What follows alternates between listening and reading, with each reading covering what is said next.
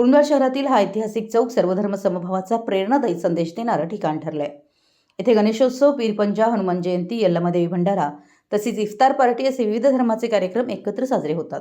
धर्म जात पंथाच्या पलीकडे जाऊन सर्व समाज बांधव गोरगरिबांच्या मुखात अन्न घालण्याचं सेवा कार्य करतात। या अन्नदानाच्या सेवेनं ऐतिहासिक चौकातील सर्व धर्मभाव खऱ्या अर्थाने फुलत असल्याचं प्रतिपादन निरीक्षक संतोष माने यांनी केलं। रमजान महिन्याच्या पार्श्वभूमीवर कुरुंदवाड येथील ऐतिहासिक चौकात झारी मशिदीतर्फे इफ्तार पार्टीचं आयोजन करण्यात आलं होतं। यावेळी पोलीस निरीक्षक माने बोलत होते। माजी नगराध्यक्ष रामचंद्र डांगे, उपनगराध्यक्ष दीपक गायकवाड, नगरसेवक वैभव उघडे, प्रदीप चव्हाण, अली बागवान यांच्यासह अनेक मान्यवर उपस्थित होते। यावेळी बोलताना माजी नगराध्यक्ष डांगे या चौकातील नागरिकांनी जपलेली ही एकता, बंधुता आणि परस्पर सन्मानाची भावना समाजासाठी आदर्शवत आहे।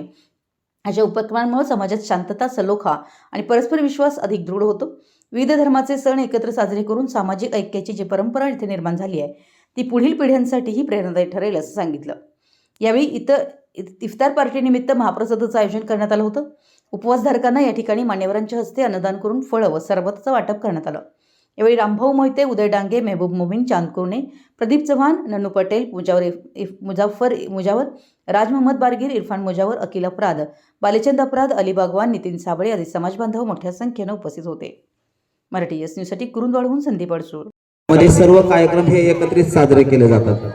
तसा हा रमजानचा महिना म्हणजे पवित्र महिना हा समजला जातो।